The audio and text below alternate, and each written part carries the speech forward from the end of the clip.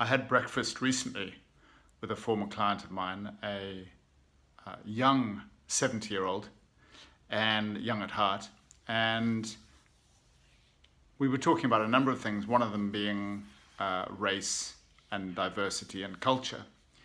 And he has his social circle are, I think he'd be the first to admit it, well-to-do, well-heeled, wealthy white people here in Cape Town and Johannesburg. And I was telling him about, or sharing with him about, this challenge that we as human beings have around mixing and diversity, and how culturally we're so different, and also as human beings how we're incredibly alike, which is the strange paradox of being human.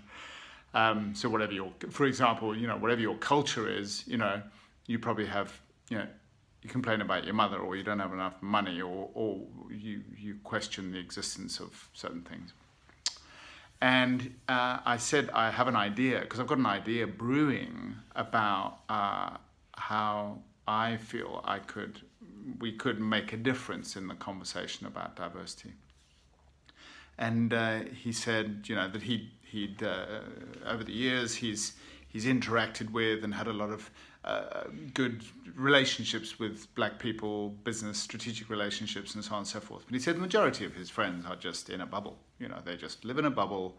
They live in their cozy world on their golf estates and so on and so forth, and that's their life. And it's easy to be judgmental about that and say, gosh, as I did, I thought to myself, oh, that's such a narrow world to live in, such a small world to live in. And I do think it is a small world to live in, but also, wow, I mean, that's not bad, is it? Get up, play golf, you put enough money aside, you don't have to worry about money, all of that kind of stuff, fabulous, And then I thought, as I went running this morning, I thought, we're all in a bubble of sorts, aren't we?